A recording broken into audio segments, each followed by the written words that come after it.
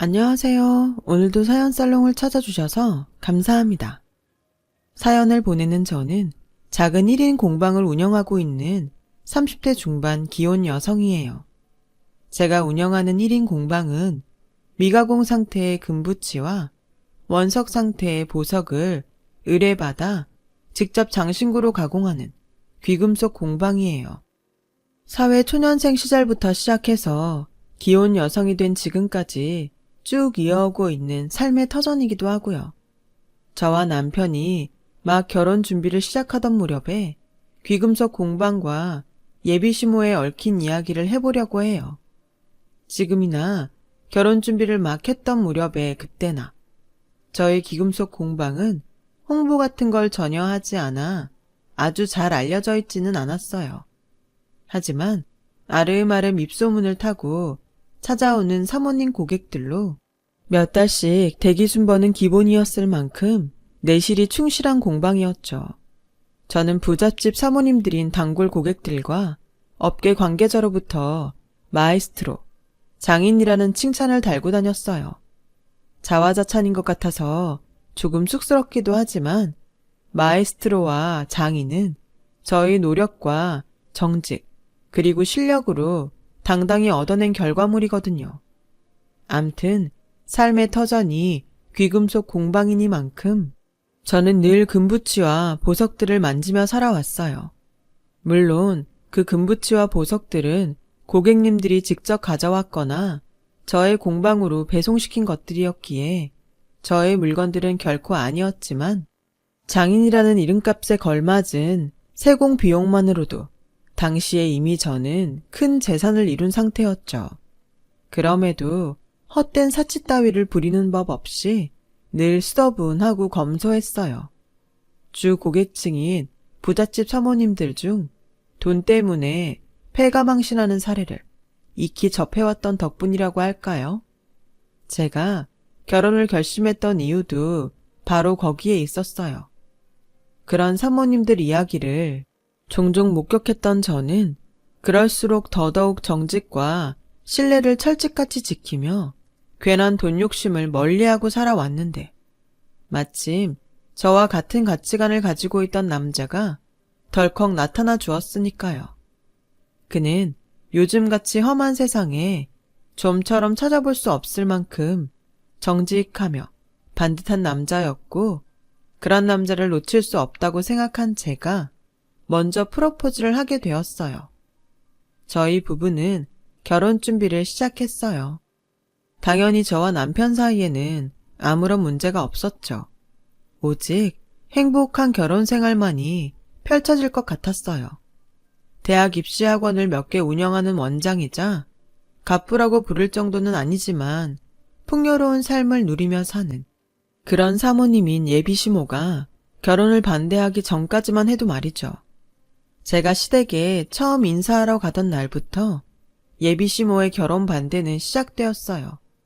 시모는 화려하지는 않았지만 단정하게 신경 써서 차려입은 저의 차림새부터 트집을 잡았죠.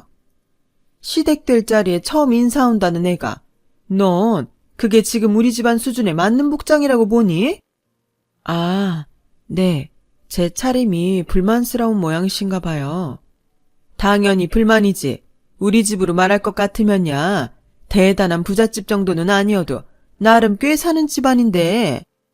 이해합니다. 그렇게 생각하실 수 있죠. 하지만 어머님 생각처럼 시댁을 만만하게 보았기 때문은 절대 아니에요. 제가 화려한 걸 좋아하진 않지만 예의를 갖춰서 단정하게 신경 쓴 거예요. 됐고, 그런 옷은 어디서 사니? 시장바닥? 그거 싸구려 보세 맞지? 어머님이 입고 계신 명품처럼 품격 있는 옷은 아니지만 신뢰가 될 만큼 격떨어지는 복장은 아니라고 생각합니다. 하기사, 어떻게 보면 네 딴에는 나름 신경을 쓰기는 쓴 차림새인 모양이구나. 돈벌이도 안 되는 목공예품 공방이나 운영하는 처지에 거적대기나 누더기 같은 행색 말고 그래도 옷 비스꾸무리한 걸로다가 챙겨 입고 온 걸 보면 말이다. 목공의 공방이요? 아무튼 나도 들을 만큼 다 듣고 생각이 있으니 반대하는 거야. 예비시모가 결혼을 반대하는 이유는 저를 향한 두 가지 오해였어요. 첫 번째 오해는 저의 소탈한 차림새였죠. 그 차림새를 본 예비시모는 제가 돈벌이가 안 되는 일을 하고 있는 줄 안 거죠. 그만큼 친정도 그렇게 생각한 것 같았어요. 그래서 양가의 경제적 차이가 너무 심하다는 이유로 결혼을 반대했죠. 제가 귀금속 세공 장인으로서 이미 많은 재산을 축적해 놓았다는 사실은 까맣게 모르는 채로요. 예비시모의 두 번째 오해는 제가 운영하고 있던 1인 귀금속 공방에 대한 오해였어요. 저의 귀금속 공방을 목공예품 공방 정도로 오해하고 있었죠. 예비시모의 말에 따르면 저의 귀금속 공방을 이렇게 생각했다더라고요. 왜 그런 곳 있잖아요. 민가 하나 없는 국도변을 지나가다 보면 가끔 눈에 띄는 주변에 인가 하나 없이 너무 생뚱맞은 자리에 있는 데다가 장승 같은 장식물들로 가득한 분위기 탓에 저긴 뭐 하는 곳이지? 살짝 그런 곳이요.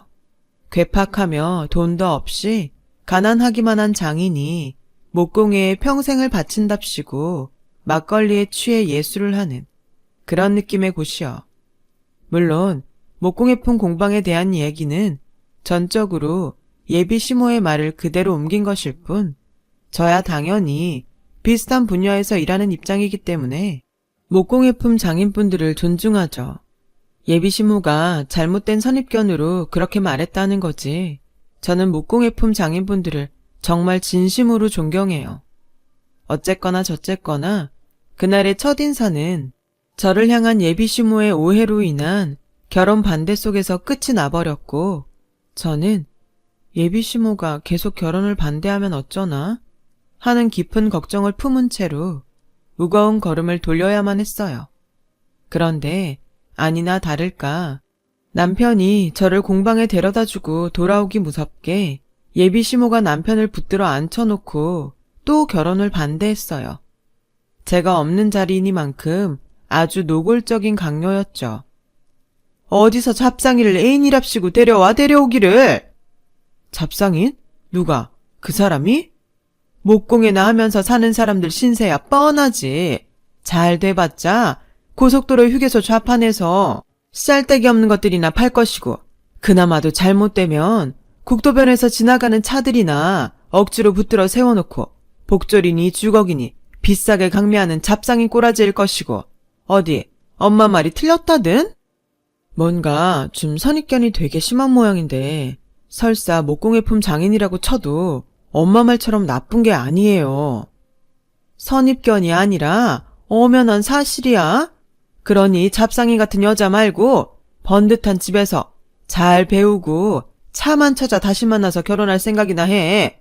결혼을 할 거면 우리 집안 수준에 맞는 자제를 며느리로 드리라고. 그만 좀 해요. 아무리 아들이라지만 막 실망감 들려고 그런다 정말. 어쩌겠니? 실망해도 별 수 없는 일인 것을. 내 눈에 흙이 들어간다고 해도 이렇게 수준 차이 많이 나는 결혼은 절대 반대니까 그렇게 알아. 내가 엄마 혹시나 돈 보고 결혼 허락할까봐 그 사람 재산 얘기 잘 안 하려고 했는데 그렇게까지 덮어놓고 반대한다면야 어쩔 수 없지 뭐. 솔직히 굳이 따진다면야 한참 모자란 쪽은 우리 집이지. 그 사람 통장에 들어있는 현금만 해도 엄마 학원이니 뭐니 내 재산까지 다 포함한 우리 집보다 훨씬 많을걸? 그리고 그 사람이 얼마나 인정받는 장인인지 알면 이런 얘기 절대 못해요. 꼴랑 목공의 공방이 돈이 있어 봤자 푼돈이나 되려고? 엄마는 학원 원장이면서 사람이랑 대화하는 태도가 왜 그래? 그런 태도로 학생들 어떻게 가르쳤지? 제발 사람 말 좀 제대로 들어요. 내가 계속 얘기했잖아. 지금도 얘기하고 있잖아. 목공의 공방 아니라니까. 아니면 어디 시골구석 한지 공방 뭐 그런 거라디? 그래봤자 거렁뱅이 신세 거기서 거기지 뭘. 일단 가서 봅시다. 직접 눈으로 보자고요. 입으로 100번 말해봤자 어차피 안 믿을 테니까. 며칠 뒤 남편이 예비시모를 직접 데리고 저의 귀금속 공방을 찾아왔어요. 예비시모의 오해와 결혼 반대를 불식시키기 위한 일종의 견학 차원이었죠. 그렇게 저희 공방에 견학 오게 된 예비시모의 눈이 도착하기가 무섭게 휘둥그레졌어요. 저희 공방에 널려있는 금부치와 보석 무더기를 직접 마주하게 되었으니까요. 더욱이 부잣집 사모님들로부터 90도 인사를 받아가며 보석 세공사로서 존중받는 저의 모습과도 직접 마주하게 되었으니까요. 그제야 비로소 저를 향한 생각이 모두 오해였음을 깨달은 예비시모는 미안하구나. 내 생각이 짧았던 모양이야. 다 내 오해였고 그 점 거듭 사과하마. 아니에요. 워낙에 사람들에게 잘 알려지지 않은 직업이라서 충분히 오해할 만한 일인걸요. 아무리 그래도 잘못은 분명 잘못이고 잘못을 했으면 당연히 사과를 해야 옳은 일이지. 그렇게 말한 예비시모는 저에게 사과했고 저의 손을 덥석 잡아 쓰다듬어 주더라고요. 마에스트로라고 그러나? 특정 분야의 장인을 지칭하는 말 말이다. 난 내가 사회적으로 이만큼 인정받는 마에스트로인 줄은 꿈에도 몰랐지 뭐니. 그저 좋아하는 일, 행복한 일, 정직히 열심히 해왔을 뿐인데요 뭐. 부끄러울 일 아니야. 되려 어깨 쭉 펴고 당당해야 할 일이지. 우리 며느님의 평생의 노력을 깎아내려서 미안해. 다시는 이런 일 없도록 반성하고 또 반성할게. 어머님. 그리고 이번에는 내가 먼저 부탁하마. 이렇게 모자라고 부족한 시애미를 용서하고 내 아들과 결혼을 해주련? 그럼요. 며느리가 되어서도 지금처럼 성실하게 살도록 노력할게요. 헛된 돈 욕심에 빠져서 남편에게 피해가 가는 일 절대 없을 겁니다. 저도 약속해요. 그날 저와 남편은 자신의 행동에 대해 깊이 뉘우치는 예비시모의 모습을 보며 안도했고 예비시모가 계속 반대하면 어쩌지 싶었던 저의 고민 또한 하늘 멀리 날아가 버렸죠. 이후로도 한동안 예비시모는 훌륭하고 자애로운 시어머니의 모습이었어요. 결혼을 준비하며 난관에 부딪힐 때마다 늘 저에게 힘이 되어 주었거든요. 본인이 언제 결혼을 반대했었냐는 듯 마치 친정엄마처럼 친근하고 살갑게. 하지만 부잣집 사모님들을 주 고객으로 둔 귀금속 공방을 운영해오며 이거 하나만큼은 분명하게 알고 있었어요. 돈에 눈이 먼 사람들은 아무리 착한 척을 해봤자 착한 사람 가면 뒤로 숨겨놓은 칼날을 언젠가는 반드시 들켜버리고야 만다는 깨달음이었죠. 예비시모가 딱 그랬어요. 저를 업신여기며 결혼을 반대했던 이를 뉘우치던 모습부터 친정엄마처럼 자애롭고 살갑게 저를 대하던 행동들까지 모두 다 연기였어요. 저희 공방에 견학을 오던 순간 휘황찬란한 금부치와 보석덩이들을 마주하며 돈 욕심에 빠져버렸다는 사실을 감추기 위한 연기 말이죠. 그런 예비시모의 흑심이 드러나던 때는 제가 직접 만든 폐물을 예비시모에게 선보이던 날이었어요. 당시 저는 제가 직접 만든 결혼 폐물을 예비시모에게 선보이면서 또 하나의 폐물 세트를 꺼내 놓았어요. 폐물 한 세트는 남편과 예식장에서 교환할 반지가 포함된 폐물이었고 두 번째 폐물 세트는 예비시모의 선물이었죠. 다만 재벌집 결혼식만큼 휘황찬란한 폐물까지는 아니었는데요. 바로 그 재벌집 결혼식만큼 휘황찬란한 폐물은 아니다 라는 지점에서 결혼을 반대하던 예비시모가 돈 욕심으로 인해 결혼을 찬성하게 되었다는 검은 속셈이 분명하게 드러났어요. 예비시모는 제가 꺼내놓은 두 폐물 세트에 대해 하찮다는 태도로 일관했거든요. 심지어 그 두 폐물 세트는 제가 직접 가공한 일종의 작품인데다가 너무 사치스럽지도 않으면서 격식 차리기에 훌륭한 수준의 폐물 세트였는데도 말이죠. 제가 그런 내용을 아무리 설명해봤자 예비시모는 듣는 둥 마는 둥 하더니 대뜸 솔직히 많이 불쾌하구나. 네? 며느리가 될 자리가 못 사는 가난뱅이 처지도 아니고 시댁이랑 시애미를 얼마나 만만하게 봤으면 꼴랑 이따위 하찮은 걸 폐물의 선물이랍시고 들고 오기를. 그러니까요. 그게 어머님, 다시 잘 설명하자면 보기보다는 많이 귀한 폐물들이거든요. 일종의 작품격인 폐물이기도 하고요. 가격대도 저희 결혼에 격식 차리기에는 아주 훌륭한. 공방에 널려있는 귀금속들은 전부 어디다가 꽁꽁 꼽을 쳐놓고는 겨우 이딴 걸 가져오고서는 아주 너만큼은 못 사는 시댁이라고, 너만큼 떵떵거리며 살지 못하는 시엠이라고 나를 그렇게 업신여기지 않는다면 있을 수 없는 일이야. 시어머니는 저희 귀금속 공방에 있는 금부치와 보석들이 전부 저의 것이라고 생각하는 것 같았죠. 하지만 사실은 전혀 다르거든요. 그 금부치와 보석들은 모두가 고객들의 소유물이거든요. 제 공방 오시면 사람들 대부분 그 귀금속들이 다 저의 것이라는 오해를 하기도 하니까요. 하지만 실상은 좀 달라요.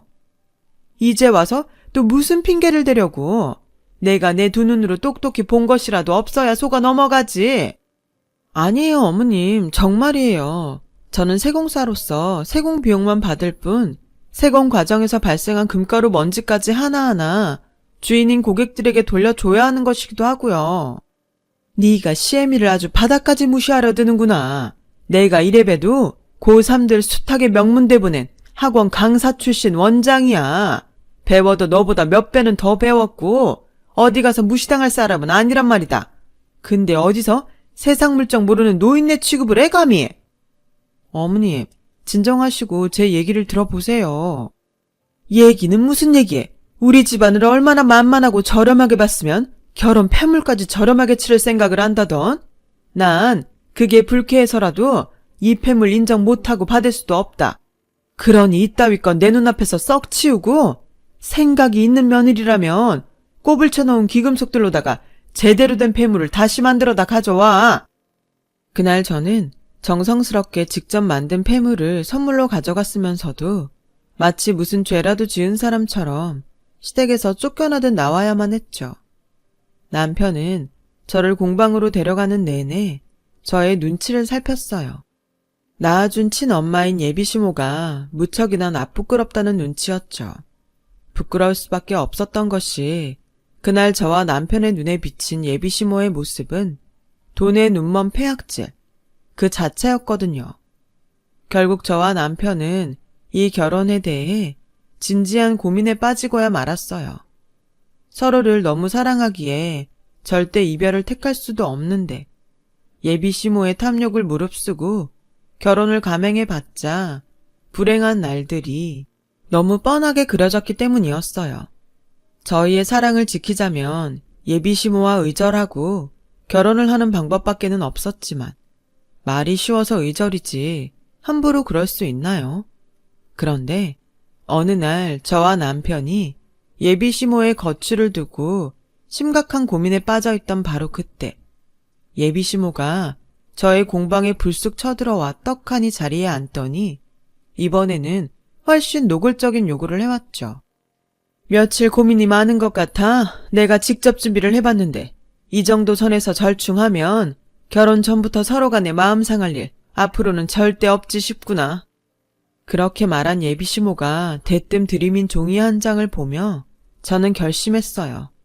예비시모와 어쩔 수 없이 의절을 해야만 하겠다고요. 대체 그 종이가 뭐길래 의절까지 결심하게 되었냐고요? 예비시모가 직접 작성해온 폐물 견적서였어요. 그것도 보통 견적서가 아닌 이탈리아 현지 장인의 수제 명품 견적서였죠.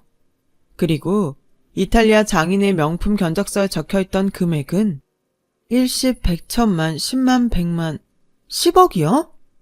우리도 나름 뼈대 있는 집안인데 결혼 선물 겸 치르는 폐물이면 그 정도 값어치는 해야겠지.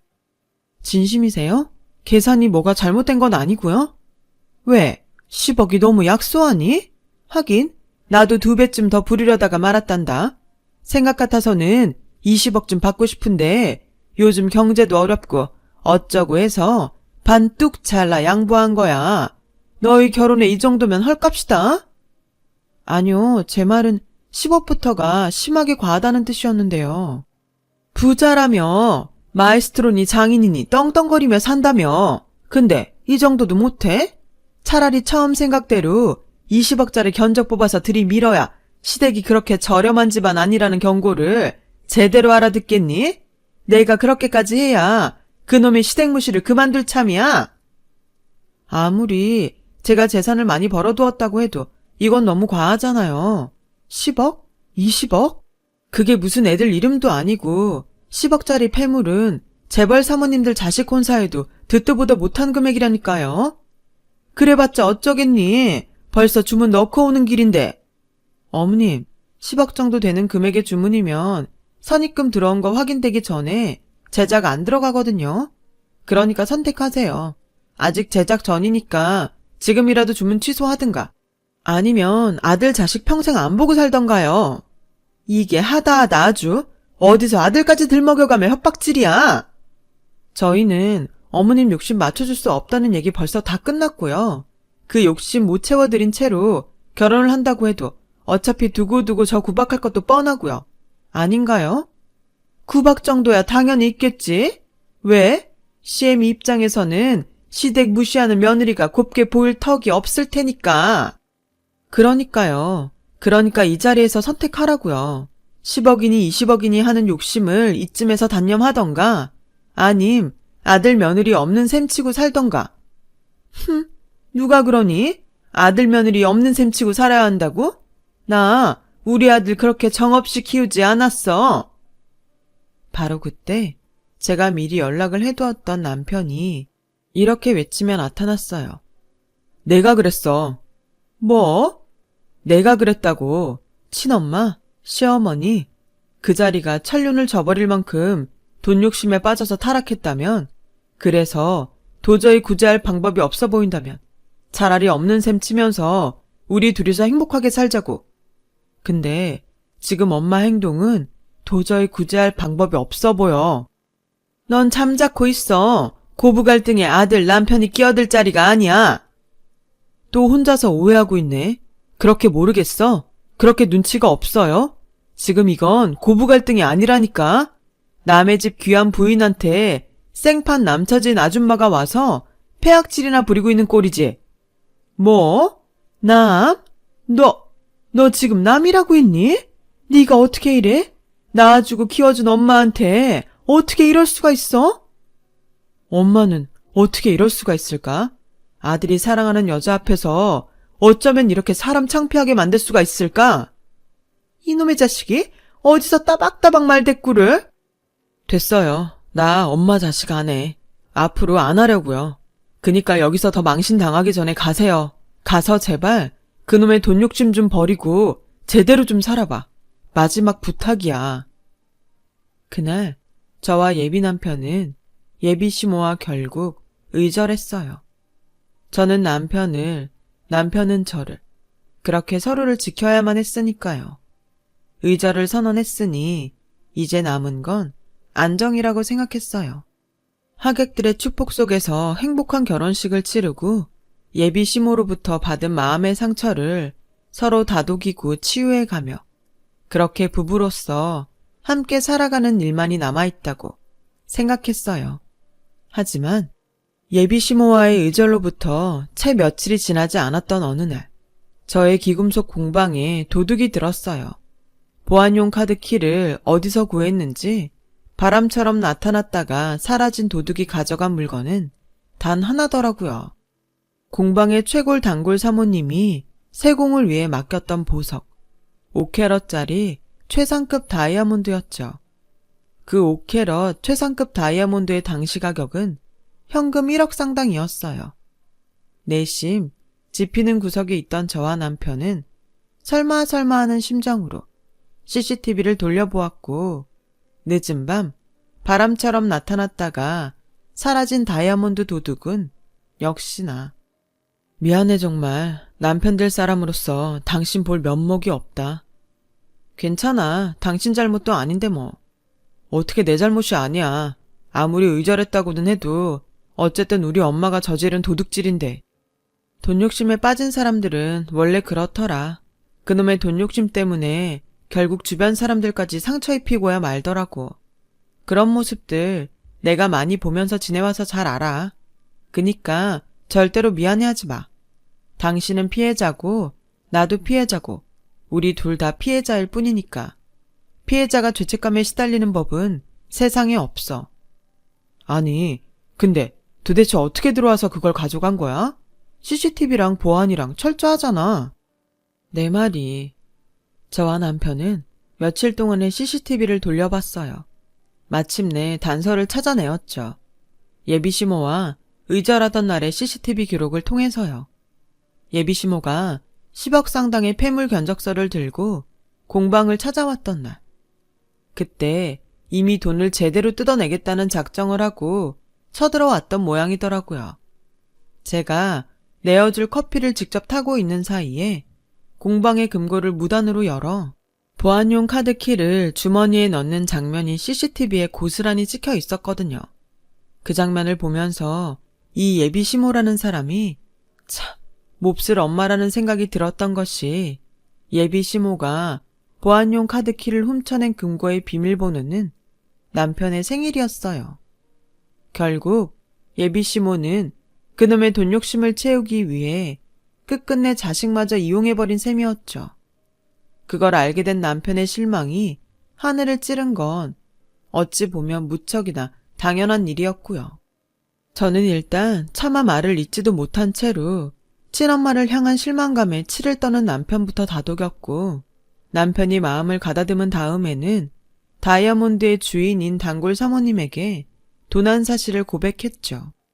평소 저의 올바른 행실을 익히 알고 있던 단골 사모님은 감사하게도 저와 남편에게는 어떠한 잘못도 없다며 선을 딱 그어주었고, 저희 부부와 단골 사모님은 다이아몬드를 훔친 예비시모를 경찰에 신고하기로 뜻을 맞추었어요. 지극히 당연한 처사였고 정말 어쩔 수 없는 선택이기도 했죠.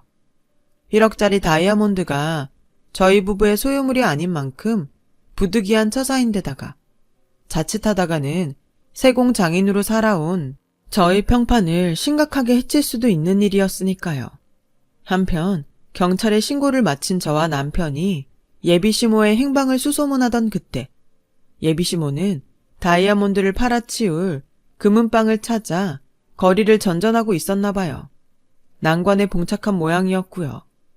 출처도 불분명한 5캐럿짜리 고가의 다이아몬드를 감히 함부로 사겠다며 나서는 금은방은 없을 테니까요. 결국 숱한 금은방 주인들에게 문전박대당한 예비시모는 절치부심하며 전당포를 향했어요. 그 다이아몬드를 현금화할 수 있는 곳이라고는 전당포밖에는 없는 까닭이었겠죠. 그렇게 막 첫 번째 전당포로 들어가려던 예비시모의 앞에 누군가가 불쑥 튀어나왔고, 그 누군가의 모습을 마주하기 무섭게 예비시모는 사색이 되었어요.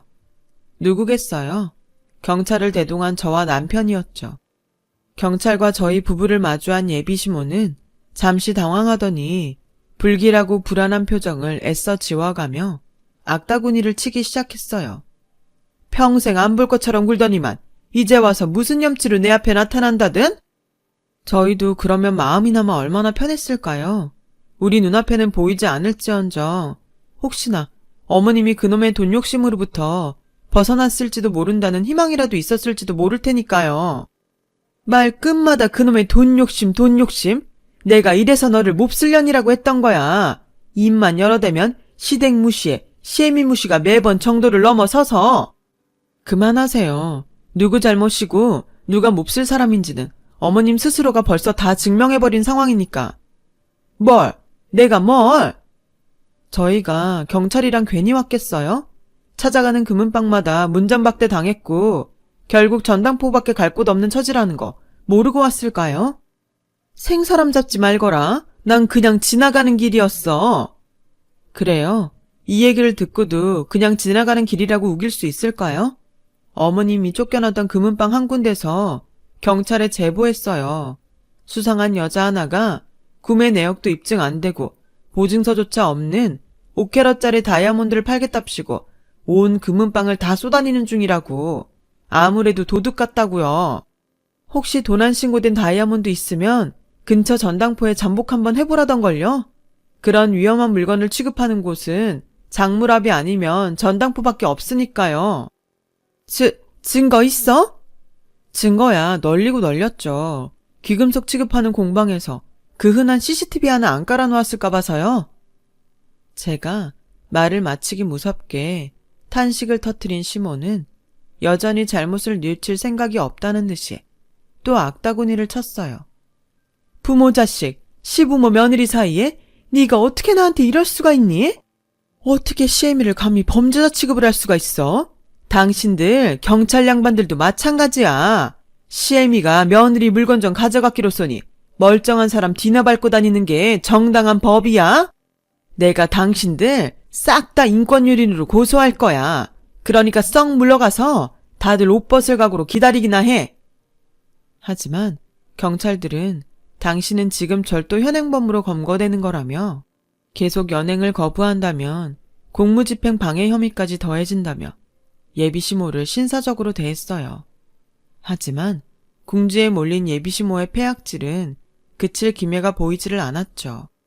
그래서 누차 설명했잖아요. 공방에 있는 귀금속들은 모두 다 고객들의 소유물이고 저는 세공 장인으로서 공인비만 받을 뿐 세공 과정에서 나오는 금가루 하나하나 전부 고객들에게 돌려드려야 하는 것이라고요. 그러니 절도가 맞고 어머님은 도둑질을 저지른 게 맞아요. 또 결국 지금 이 상황은 어머님 스스로가 자초한 거기도 하고요. 처음부터 돈 욕심에 빠져들지 않았다면 이런 불상사는 애초에 생기지도 않았을 거고 아들 며느리와의 인연도 스스로 끊어낸 셈이니까요. 이제 좀 알겠어요? 당신 신세 당신 스스로 망쳤다는 거. 경찰에서 예비시모가 범인이었다는 사실이 명확해지자 다이아몬드의 주인인 단골 사모님은 물건도 찾았으니 제 얼굴을 봐서 없던 일로 처리해 주시겠다고 선처를 베푸셨어요. 최근엔 학원을 운영해오던 예비시모가 학습지 방문 판매원이 되었다고 해요. 나중에 소문을 듣자 하니 예비시모가 운영하던 대학 입시 학원들이 전부 폐업 처리된 탓에 거지꼴이 되었다더라고요.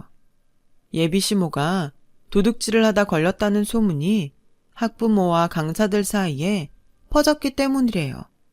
하긴 학생들을 가르치는 학원 원장이 도둑이라는데 어느 집 부모가 귀한 자식을 그 학원에 보내겠냐고요. 저는 귀금속 세공사로 명성을 더 떨친 덕분에 작년부터는 이탈리아 현지 장인과의 협업을 하게 되었어요. 협업을 하게 되면서 저의 몸값이 몇 배로 뛰었답니다. 그리고 얼마 전 그 이탈리아 현지 장인으로부터 본인이 직접 세공한 고가의 장신구 세트를 친정 엄마의 생일 선물로 받게 되면서 저와 남편의 아이러니는 더 커졌죠. 좀 웃긴다. 뭐가? 의절한 당신 시어머니 생일이 장모님 생일보다 빠르잖아. 그래서 만약 의절하지 않았더라면 어쩌면 지금 이 선물이 우리 엄마의 생일 선물이 될 수도 있었던 거고. 그건 그렇지. 근데 결국 자업자득 아니겠어? 돈 욕심에 눈이 멀어서 스스로 팔자를 망친 건 본인이니까. 내 말이 그놈의 돈 욕심이 뭐라고. 참. 그래서 나도 아이러니해. 하기사 덕분에 이거 하나는 더 확실하게 깨달았지 뭐. 늘 금부치와 보석을 가까이하며 사는 만큼 헛된 욕심은 더더욱 경계해야 한다는 거. 제 이야기를 쓰면서 보니 정직하게 살아야겠다는 마음가짐을 다시금 되새기게 됩니다. 제 긴 사연 들어주셔서 감사합니다. 항상 건강하시고 번쩍번쩍 금길만 걸으세요. 모두들 행복하셨으면 좋겠습니다. 여러분, 사연 댓글에 응원과 현명한 조언 부탁드려요. 좋아요와 구독은 저에게 큰 힘이 됩니다. 오늘도 좋은 일 가득하세요.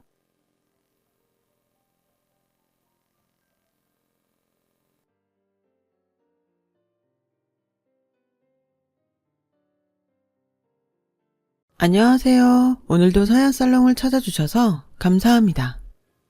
천안에 사는 50대 여성이에요. 얼마 전 저희 집 행운목에 꽃이 피었어요. 행운목에 꽃이 피면 좋은 일이 생긴다죠. 그래서인지 제 일상에 뜻밖의 행운이 찾아왔지 뭡니까? 이전까지 제 인생은 소위 말하는 이생망이었어요. 이번 생은 망했다 라는 의미죠. 그런데 글쎄 50이 넘은 지금에 끝난 줄 알았던 제 인생에 꽃이 활짝 핀 거예요. 30년 가까이 주변 사람들과 연락을 끊고 살았던지라 어디 자랑할 데도 없어서 이렇게 사연을 보내게 됐어요. 저는 아들 귀한 집 셋째 딸이에요. 위로는 언니가 둘, 밑으로는 어렵게 얻은 남동생이 하나 있어요.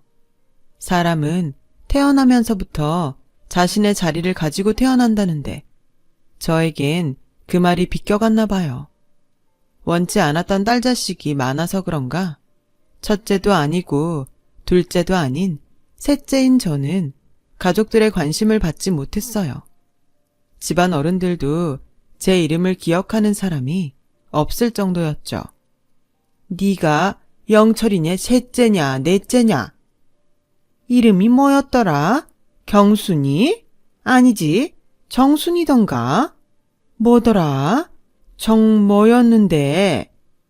대략 이런 식이었어요.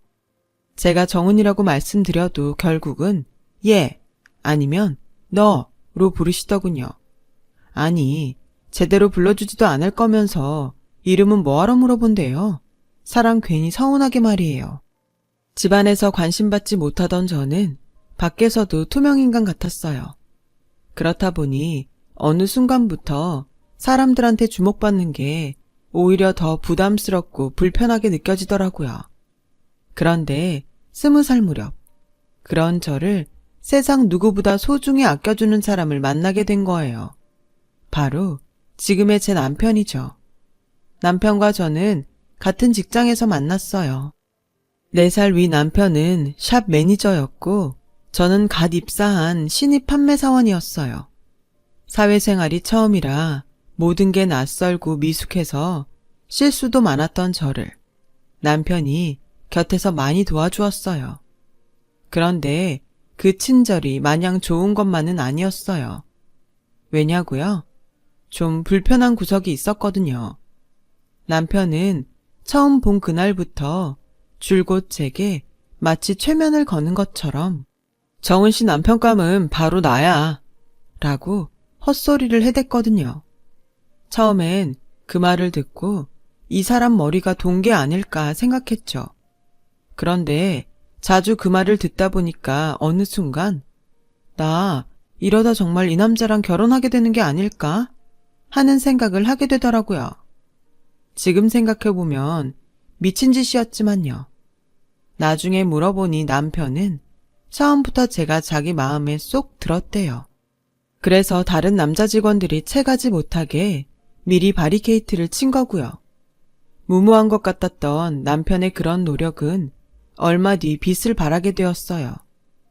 고작 20살에 남자를 한 번도 사귀어 본 적 없던 저는 남편이 베푸는 일방적인 호의에 무방비 상태였어요.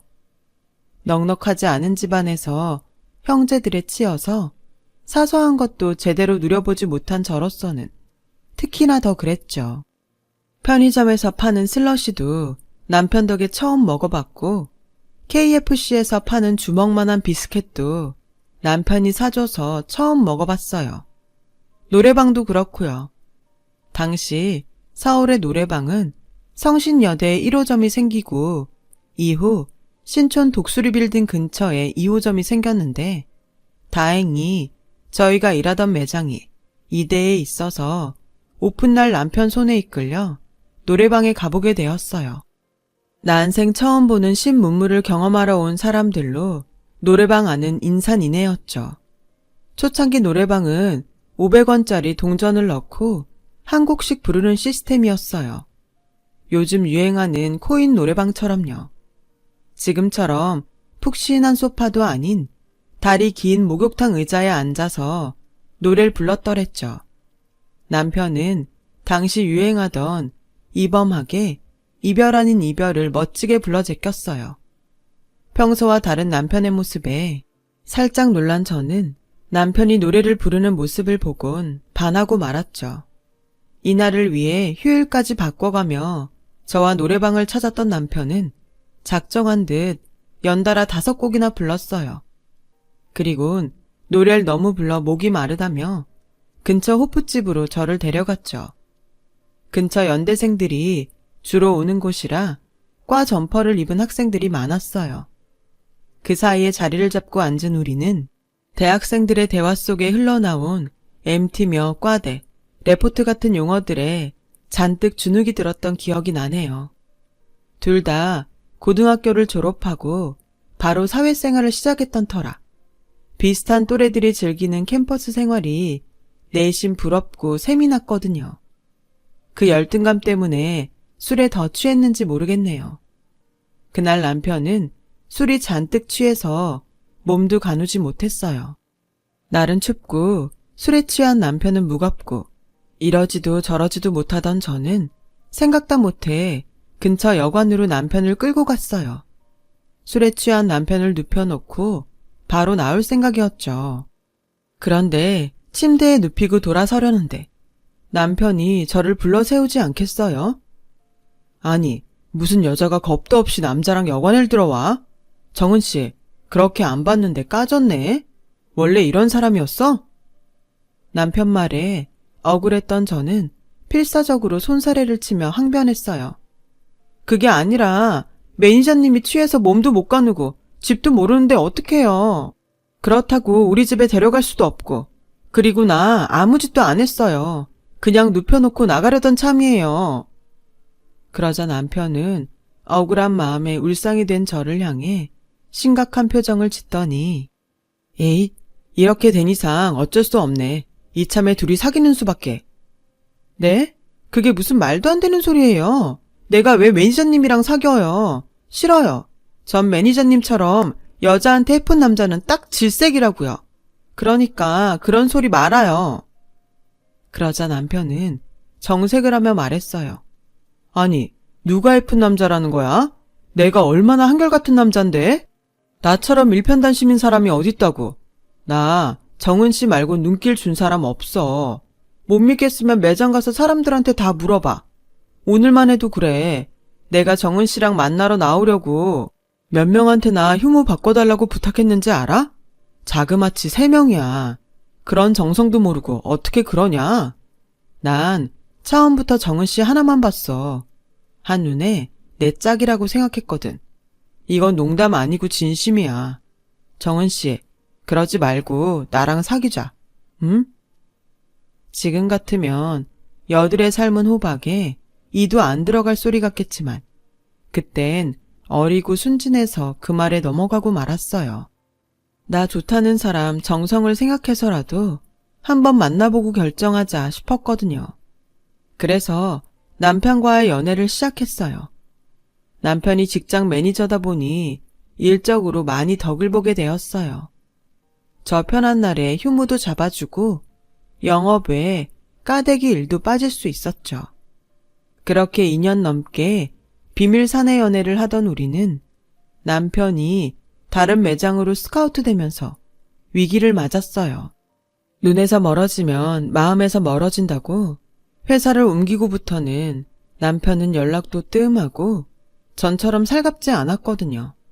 그래서 이 남자가 나한테 벌써 질렸나 했는데 글쎄 느닷없이 프로포즈를 하지 뭐예요. 정은 씨도 알다시피 내가 형제가 좀 많아. 5남매 중 장남이거든. 시골에서 농사 짓고 계신 부모님의 줄줄이 달린 동생들까지 다 내가 책임져야 하는 식구들이야. 사실 부모님이 내 결혼을 서두르셔. 아무래도 내가 빨리 결혼해서 자리를 잡아야 장남 몫을 제대로 할 테니까. 그래서 정말 고민 많이 했어. 내 주제에 정은 씨한테 이런 말 해도 되나 싶어서 말이야. 근데 아무리 생각해도 다른 사람이랑 결혼하는 건 도저히 못하겠어. 난 정은 씨 아니면 안 되거든. 그래서 말인데 염치 없는 소린 건 알지만 나랑 결혼해 줄래? 저 역시 형제 많은 집에서 자라 첫째의 고충은 익히 알고 있었어요. 저희 큰언니만 해도 살림 미천이라 불리며 집안에서 온갖 희생을 강요당하며 자랐거든요. 하물며 장남인 남편은 오죽했겠어요. 그 무게를 혼자 짊어지고 살았으니 불쌍한 사람이었죠. 의류 매장에서 일하면서도 정작 자신은 변변한 옷 하나 사 입는 걸 본 적이 없을 정도로 남편은 본인한테 쓰는 걸 아까워하는 사람이었어요.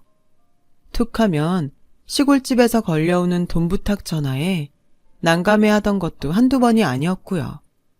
이직을 하게 된 가장 큰 이유도 바로 돈 때문이었어요. 남편은 시골에 계신 어머님 병원비를 마련하기 위해 배신자 소리를 들어가며 경쟁업체로 이직을 한 거였으니까요. 인기 만점 매니저에서 하루아침에 역적이 되면서까지 장남의 무게에 눌려 사는 남편이 안쓰러웠어요. 저라도 이 사람이 어깨에 짊어진 짐을 나눠지고 싶을 정도로요. 그래서 남편의 프로포즈에 덜컥 승낙을 하고 만 거예요. 며칠 뒤 집에 결혼할 사람이 있다고 말씀드렸더니 부모님께선 버럭 화를 내시더라고요. 누나가 돼서는 남동생 대학 등록금 벌 생각은 않고 결혼 타령이냐고요. 그렇게 결혼하고 싶으면 네가 벌어서 결혼을 하든 말든 알아서 하라더군요. 그 말이 어찌나 서운하던지. 그래서 그 길로 집을 나왔어요. 나를 그저 아들 자식 키우는데 필요한 돈벌이로 생각하는 부모님이 그땐 정말 용서가 안 됐거든요. 어린 시절부터 가슴에 담아두었던 응어리가 그렇게 터져버린 거죠. 집을 나온 전 남편이 살던 사글세방에 들어가 동거를 시작했어요. 얼마 뒤 시골에서 아버님이 서울로 올라오셨더라고요. 며느리 자리를 본인 눈으로 확인하고 싶으시다면서요. 그리고는 그 좁은 단칸방에서 3일을 머물다 가셨어요. 저는 출퇴근 전후로 아버님께 진지를 차려드려야 했죠. 그리고 드디어 시골집으로 내려가시는 날, 아버님은 제 손을 꼭 잡으시며 그러시더라고요. 아가, 이 혼사는 네가 미치는 장사다. 그러니 지금이라도 마음 바꿔라. 네가 마음에 안 들어서가 아니라 네가 너무 아까운 아이라서 그런다. 너처럼 예쁘고 바른 애가 뭐가 아쉬워서 우리 집 맏며느리로 들어오려고 하니. 내 자식이지만 내 아들놈이 변변한 놈도 아니고 괜히 귀한 집 딸 데려다 고생만 시킬 게 뻔하다. 아직 나이도 어리니 나중에 후회 말고 다시 한번 생각해봐라. 내가 다 너를 위해 하는 말이야. 아버님, 혹시 제가 마음에 안 드세요? 나이가 어려서 못 믿어오신 거라면 제가 노력할게요. 아버님이 원하시는 맏며느리감은 아닐지 모르지만 최선을 다해보겠습니다. 그러니 헤어지란 말씀은 하지 마세요. 이미 동거까지 한 마당에 헤어지라는 소리를 듣고 보니 덜컥 겁이 나더라고요. 그래서 필사적으로 아버님을 설득하려 노력했어요. 그런 노력에 아버님도 결혼을 허락해 주셨고, 아버님이 시골집으로 내려가신 이후 본격적으로 결혼 준비를 시작하게 됐어요. 결혼식은 본가에 내려가 하기로 했고, 신혼집은 남편이 살던 사글세방에 차리기로 했어요. 혼수는 필요한 가전제품 몇 개 들여놓고 이부자리를 새 걸로 바꾸는 정도였어요. 아버님께서 예단은 필요 없다고 하셔서 남대문 시장에 들러 시부모님 한복만 준비했죠. 결혼식이 임박하도록 저희 친정에서는 여전히 제 결혼을 반대했어요. 사실 반대가 아닌 방관에 가까웠죠. 남동생이 고3이라 대입학력고사를 준비하고 있어서 부모님은 애 공부에 방해된다고 집에도 오지 말라고 하셨거든요. 결국 친정 부모님한테 제대로 결혼 허락도 못 받은 채 식을 올리게 되었어요. 결혼식을 시댁이 있는 시골집에서 전통혼례로 치르기로 해서 엄마는 남동생을 챙기느라 못 오시고 아빠랑 큰언니만 참석을 했어요. 언니는 시댁을 둘러보더니 한숨을 쉬더군요. 사실 저도 울고 싶은 심정이었죠. 쓰러져가는 오막살이에 흥분의 식구처럼 방마다 주렁주렁 아이들이 들어 앉아 있었거든요. 형편이 어렵다는 건 알았지만 이렇게 찢어지게 가난한 줄은 몰랐어요. 하지만 그보다 더 놀랐던 건 남편의 형제들이었어요. 남편이 제게 자신을 오남매 중 장남이라고 했는데 가보니 글쎄 형제가 넷이나 더 있더라고요. 총 9남매였어요. 여기저기서 뛰어나오는 시누이들과 시동생들 때문에 정신이 없었어요. 그제야 왜 아버님이 저한테 결혼을 다시 생각해보라고 하셨는지 이유를 알 것 같더라고요. 게다가 시어머님이 워낙 욕심이 많고 게으른 분이시라 집안일에 손도 까딱 안 하셨고 시누이들도 제가 시댁에 갈 때마다 평소 자신들이 하던 집안일도 제게 떠넘기기 바빴어요. 시댁에서 제 편은 아버님 뿐이었어요. 아버님은 아침부터 허리 한번 못 펴는 저를 보시곤 시누이들을 혼내셨어요. 그 모습을 본 시어머니는 벌써부터 시아버님을 꼬드겨 시누이를 잡는다며 볼멘 소리를 하셨죠. 억울하긴 했지만 이런 게 시집살이구나 하면서 참아 넘겼어요.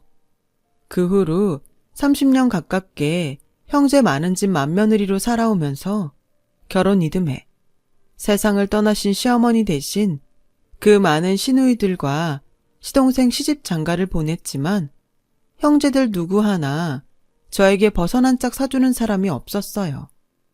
의례 맏며느리가 해야 할 몫인 것처럼 받아들이는 분위기였죠. 처음부터 바라고 한 일은 아니었지만 고맙다는 말 한마디 안 하는 모습에 점점 정이 떨어졌어요. 그런데 그 정점을 찍는 일이 벌어지고 만 거예요.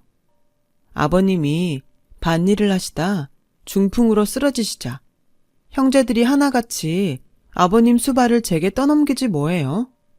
그간 아버님과의 정을 생각해서라도 제가 병수발을 들 생각이었지만 그래도 엄연히 자신들 부모인데 피 한 방울 안 섞인 저한테 당연한 듯 떠넘기는 건 말이 안 되죠.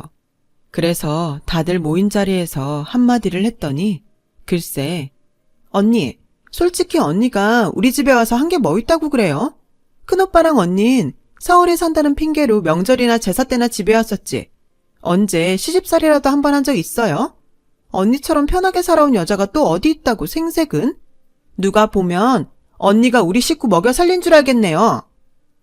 둘째 시누이가 눈을 흘기며 그러더군요. 맞아요. 저는 그동안 서울에서 사느라 시골에 계신 시아버님을 제대로 돌봐드린 적이 없어요. 옷가게 운영하며 집안 살림하는 것도 힘든데 본가를 떠나 서울로 올라온 8이나 되는 시동생들까지 챙기느라 여력이 없었거든요. 자기도 결혼 전까지 우리 집에서 5년을 살아놓곤 저런 소리를 하네요. 그때였죠. 철없는 막내 시동생이 킬킬대며 그러더라고요. 그러니까 처음부터 은숙 누나랑 결혼했으면 좋았잖아? 그 누난 집도 부자라서 이럴 때 아빠 간병인도 턱턱 붙여줬을 텐데.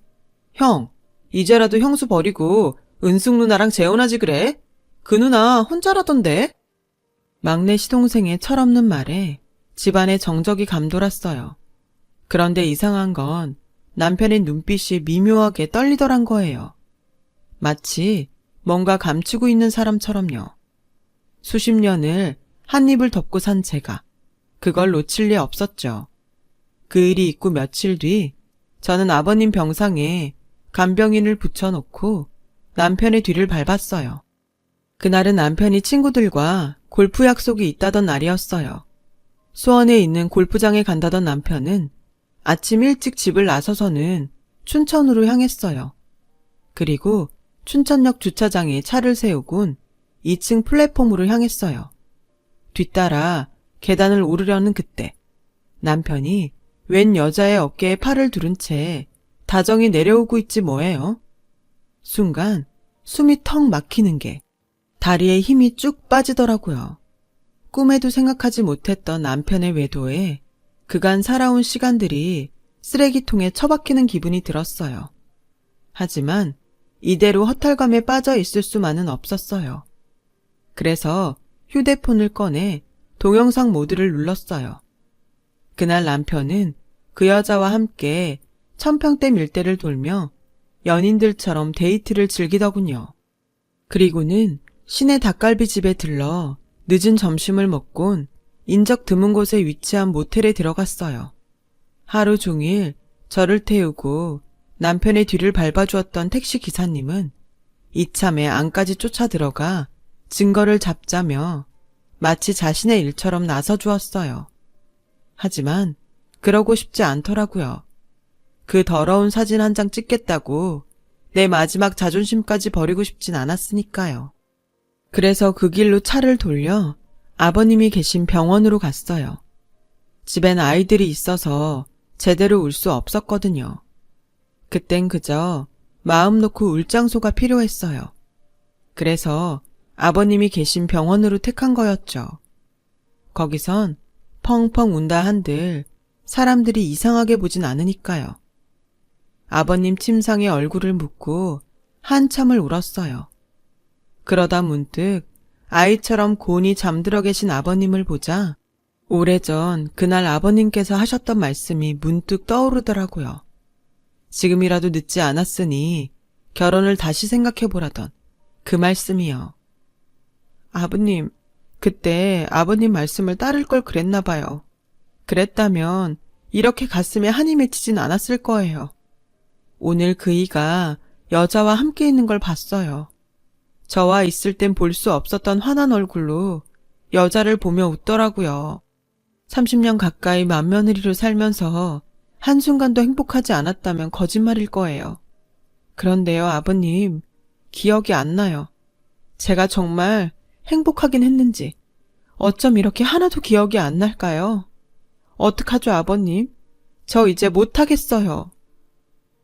그렇게 아버님 침상에 얼굴을 묻고 펑펑 울고 있는데 남편한테 전화가 왔더라고요. 시간이 몇 시인데 여자가 집 밖에서 뭘 하냐고요. 그 말을 들으니 머리 끝까지 화가 나더라고요. 자기는 지 아버지 병원엔 찾아올 생각도 않으면서 아침부터 여자랑 놀고 다니면서 어떻게 나한테 저런 소리를 할까 기가 막혔죠. 헤어질 때 헤어지더라도 추하게 끝내지 말자 싶어 참으려 했는데 불난집에 그 인간이 기름을 부은 거였어요.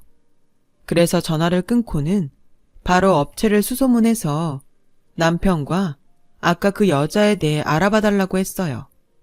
간통죄도 폐지된 마당에 두 인간을 간통으로 쳐넣을 순 없지만 일단은 증거를 잡아놓고 법적으로 하든 주먹으로 하든 해야 할 것 같아서요. 그리고 보름여 뒤 업체에서 연락이 왔더라고요.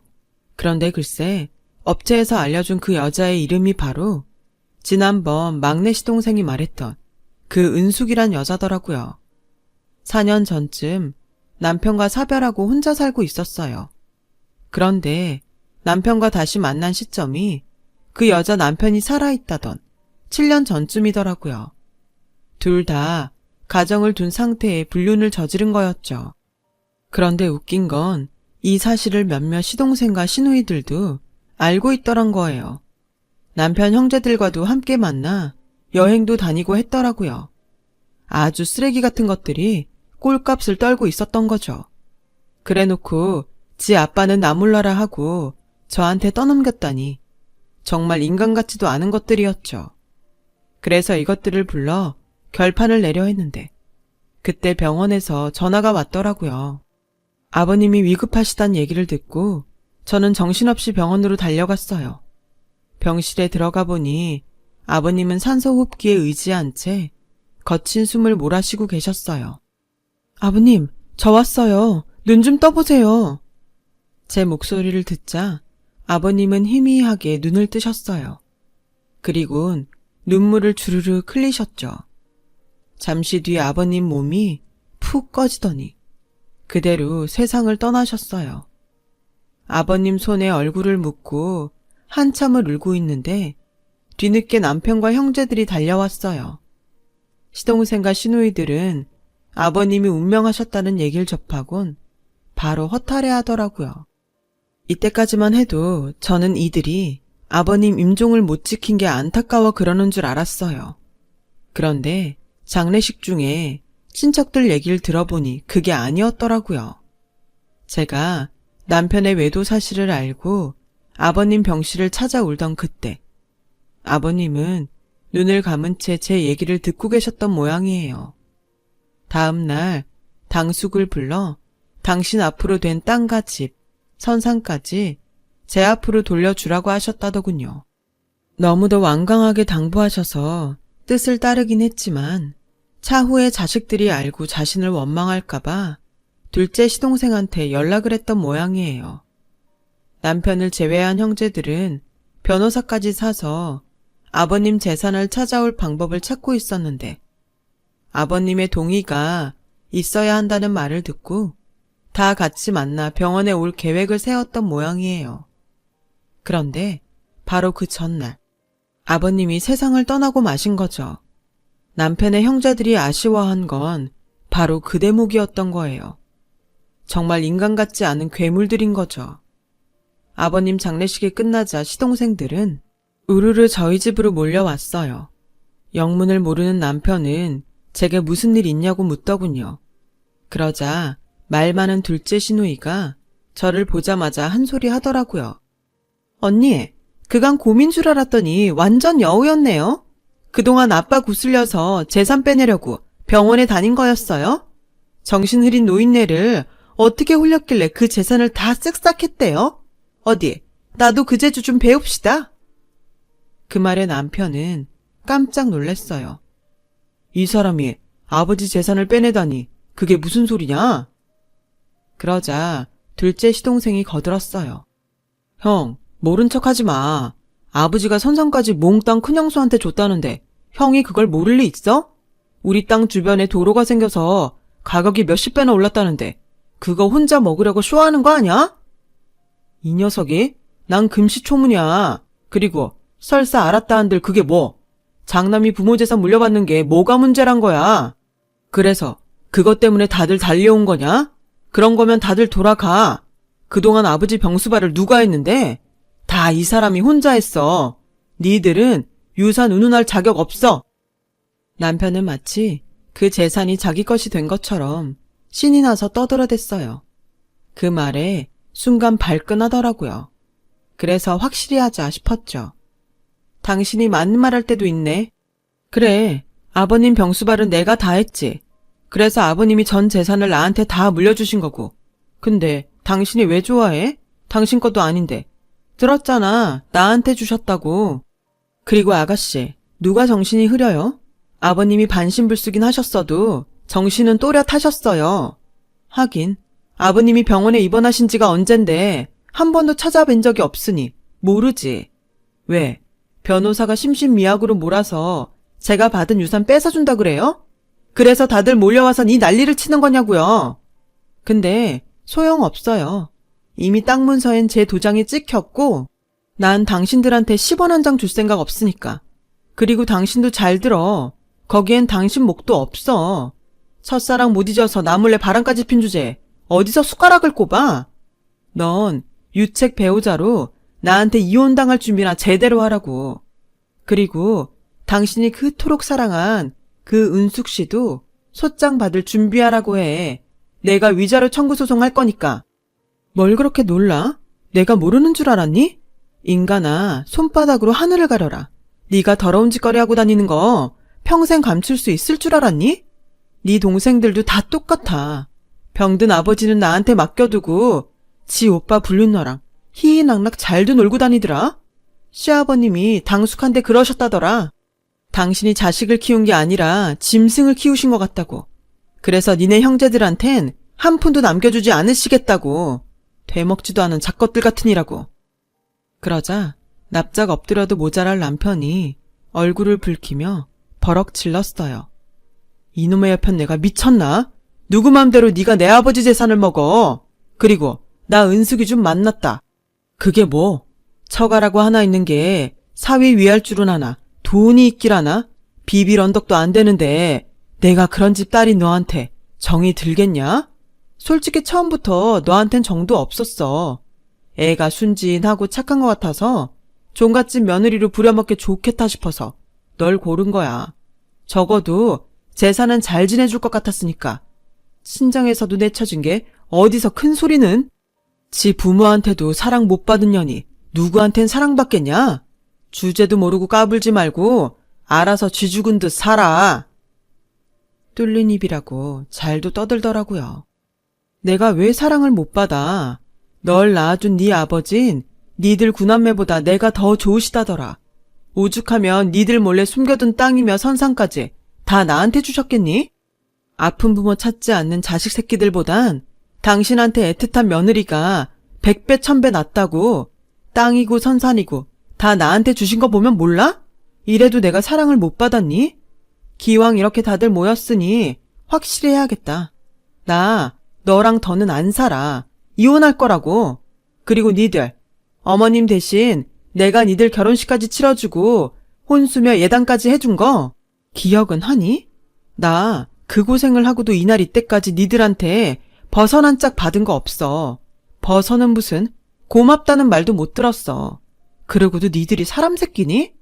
하긴 부모가 쓰러졌다는데 코빼기도 안 보이는 것들인데 말해 뭐해? 그래서 니들한테는 일말의 동전도 아깝다는 생각이 들어서 그간 니들이 나한테 빼간 거 다 돌려받아야겠어. 그러니까 잘들 들어. 둘째, 셋째 도련님 장가 갈 때 나한테 전세금조로 돈 빌려갔었죠? 둘째가 3천, 셋째가 5천. 그거 당장 갚아요. 그리고 둘째, 셋째, 다섯째 아가씨는 혼수 준비하면서 가전제품이며 이불 세트, 신혼여행 항공권까지 내 카드로 긁은 거 기억하죠? 결혼한 지가 언젠데 갚을 생각을 안 해. 내 돈이 당신들 쌈짓돈인 줄 알아요? 당신들이 당신들 오빠 동생이지 내 동생들은 아닌 거잖아. 내가 시간 지났다고 잊을 거라 생각하는 모양인데 어쩌지? 내가 다른 건 몰라도 장부기재는 기가 막히게 하는 편이라서 말이야. 20살 무렵 당신들 오빠한테 죽어라 배운 덕에 누락 없는 장부기재. 그게 내 특기거든. 장부에 다 적어놨으니까 하루 속히 상환하도록 해요. 곧 남이 될 사이니까. 다들 각자 빌려간 돈, 카드값 이달 말까지 내 계좌로 입금해요. 저는 할 말을 마치고 방으로 들어가 문을 닫았어요. 제가 방으로 들어온 뒤에도 거실에선 남편과 형제들이 고성을 지르며 서로들 싸우더라고요. 그러거나 말거나 이젠 저와는 상관없는 인간들이니 알 바 아니죠. 얼마 뒤 저는 남편과 이혼을 했고 아버님이 주신 땅 중 가격이 많이 오른 일부를 팔아서 천안에다 아이들과 살 집을 마련했어요. 남편과 이혼하면서 재산 분할한 것과 남편과 상간녀한테 받은 위자료는 아이들을 위해 묵혀두었고요. 그동안 남편 형제들한테 빌려준 돈과 카드값은 다달이 분할 상환해서 받고 있어요. 남의 돈 쓸 때는 하찮은 돈처럼 생각하더니 갚으려니 그게 얼마나 큰 돈인지 실감이 가는 모양이에요. 매달 제 날짜에 붙이는 적이 없을 정도로 말이죠. 그리고 아버님 제사는 매년 저와 아이들이 지내고 있어요.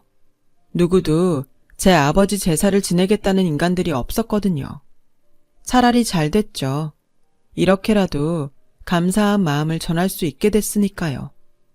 한때는 내가 내 가족한테 사랑받지 못해서 타인에게도 사랑받지 못한 게 아닐까 생각했던 적도 있어요. 그런데 시간이 지나고 보니 원인은 내 자신이 나를 사랑하지 않았기 때문인 것 같더라고요. 그래서 앞으론 나 스스로 나를 사랑해 보려고 해요. 그래야 배신당하거나 후회할 일도 없을 테니까요. 제 사연을 들어주셔서 감사합니다. 여러분은 스스로 이미 다 훌륭한 분들이에요. 하루하루 행복하실 자격이 있는 분들이죠. 오늘도 행복하시고 늘 건강하세요. 여러분, 사연 댓글에 응원과 현명한 조언 부탁드려요. 좋아요와 구독은 저에게 큰 힘이 됩니다. 오늘도 좋은 일 가득하세요.